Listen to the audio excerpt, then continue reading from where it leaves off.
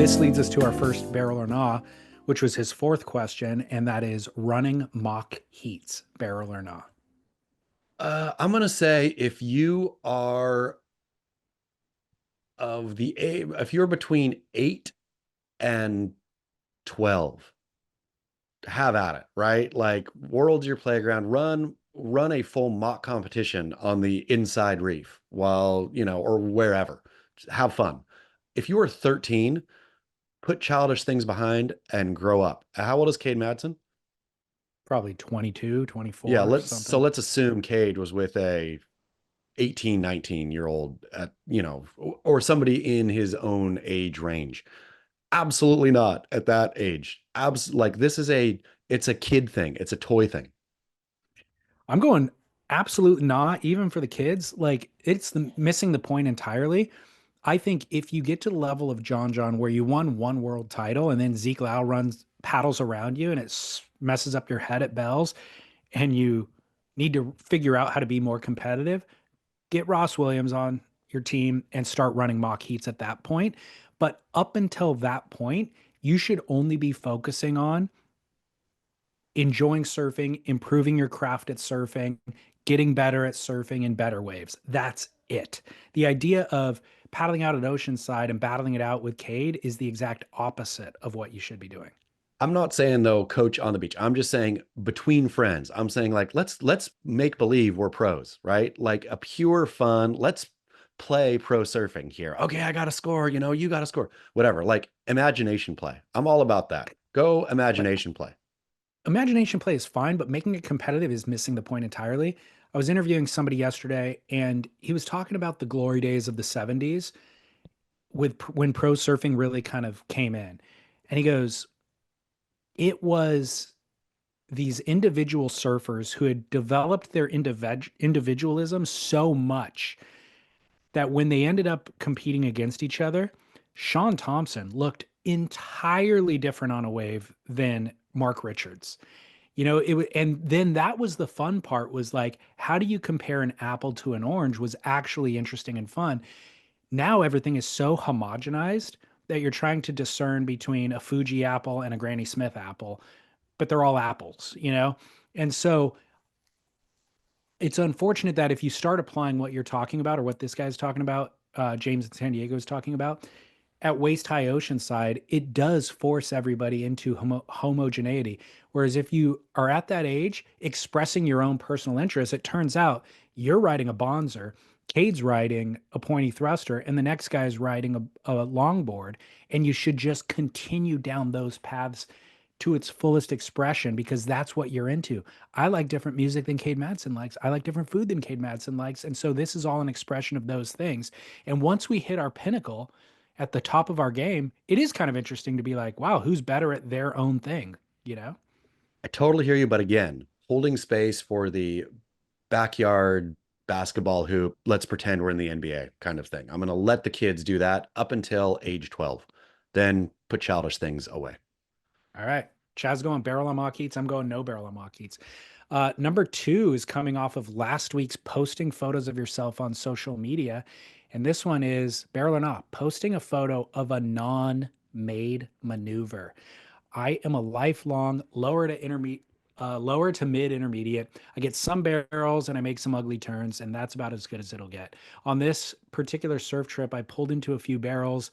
Most I didn't make, but the photographer got a sequence, and the first four shots of the sequence show me pulling in. They look pretty good. Then the last three show that I clearly didn't come out. So, barrel or not, posting photos of me pulling in, getting the barrel, and not advertising that I didn't make it out. I'm going to say if you're going to post pictures of yourself surfing, have at it. Barrel. Why not? Why not trick the world into putting your best foot forward? This is me, right?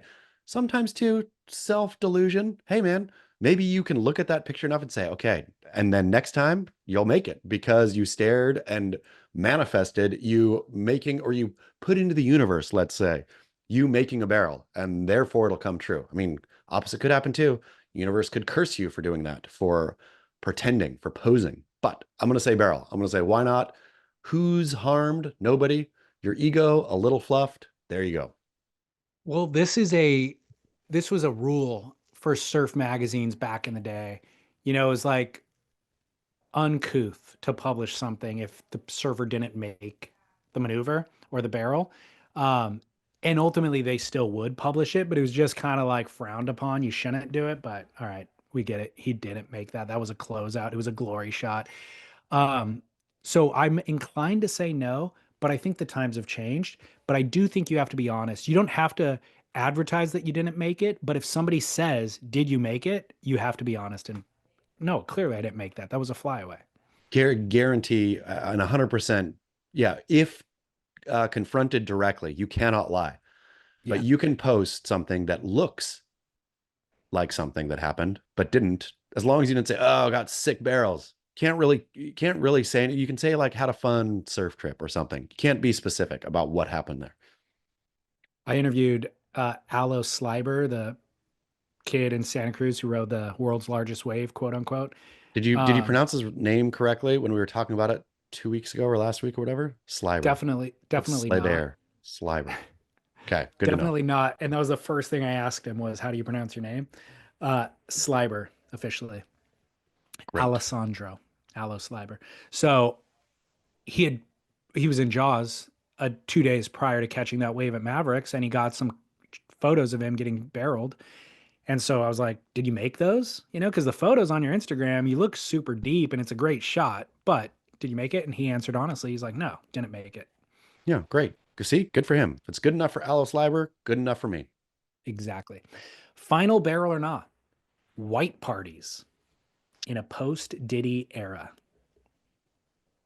I'm gonna say I'm gonna say no barrel. I'm gonna go no barrel. I'm trying to think back at like Gatsby era parties and whatnot.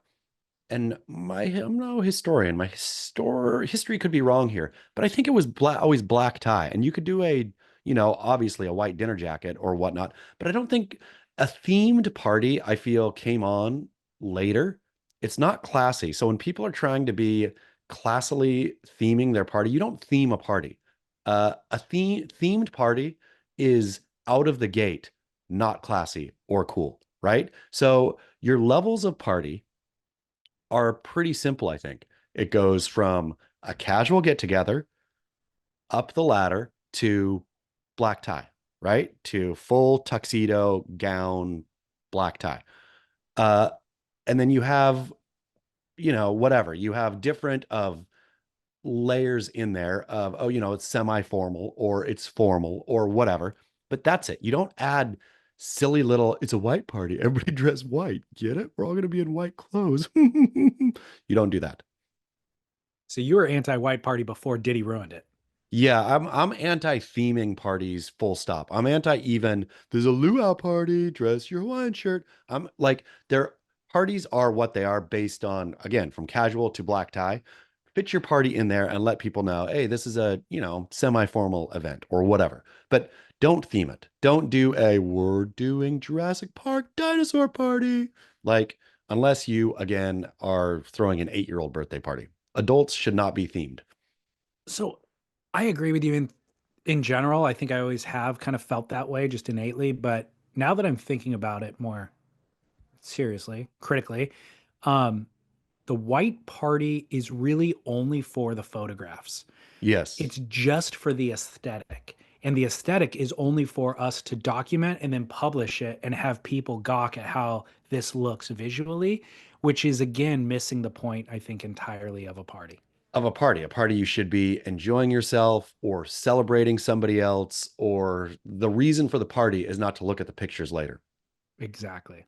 uh that also, I feel, if you're the kind of person who dresses in khakis and a denim shirt and goes out, I mean, usually it's jean on jean or jean white t-shirt. If you're the sort of person who does posed family photos where you're all wearing the same thing, and you're probably also the kind of person who would like a white party, cancel both of those out of your entire being. Don't dress up the same as your family to take photos. Don't go to themed parties, or don't go uh happily. If you have to go to a themed party, go. Don't be a full-on curmudgeon. Like if you're forced into a white party, go with the theme. Nobody likes the person like not doing it. arms folded. You know, if you got to go to a Hawaiian themed party, throw a lei on, like do your part, but internally hate what you're doing. Well, my strategy is exactly that, and then express my disdain while I'm there to try to ruin the party for everybody else. Exactly. Exactly. That's what Really I do. be the poison pill. Exactly. Yeah. So much so that your wife doesn't want you to come next time and that sort of thing, which then Exactly. solves the problem. You don't have to go. Done and Um, dusted. it's really surprising too that P. Diddy would have picked white. Like knowing what he was really doing, white stains. Everything that you're doing is going to show up. Even the baby oil is going to get stained on the white. So bad, just poor planning, Diddy. I mean, I feel that that was part of his thrill, though. Part of the whole sickness was to have it be as open and public and be sotted and stained and all of it, and still get away with it.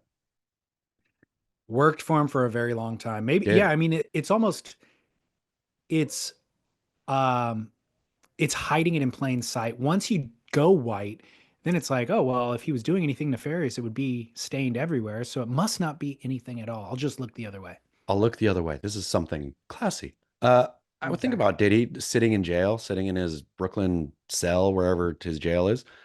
Do you think he's counting the cost? Do you think he's looking back saying, well, I had 50 years that I really, really did whatever I wanted. And now I'm going to have, 30 years of not that, of the opposite of that. And on balance, yeah, do it again.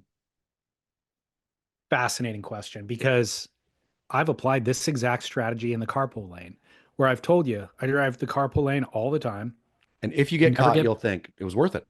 never get busted, but I've now clocked, let's say, 500 carpool driving experiences without getting busted. A ticket, if I do get busted, is 500 bucks, which means it costs me $1 per entry. Well worth it, right? Yep. For all the hours that I've saved in driving. So I do agree with that calculus in general. So now applying it on a much grander scale to Diddy, I think right now it's worth it for him. He spent 6 months in jail or 4 months in jail or whatever. He got away with 30 years of whatever behavior he wanted to. So it's worth it.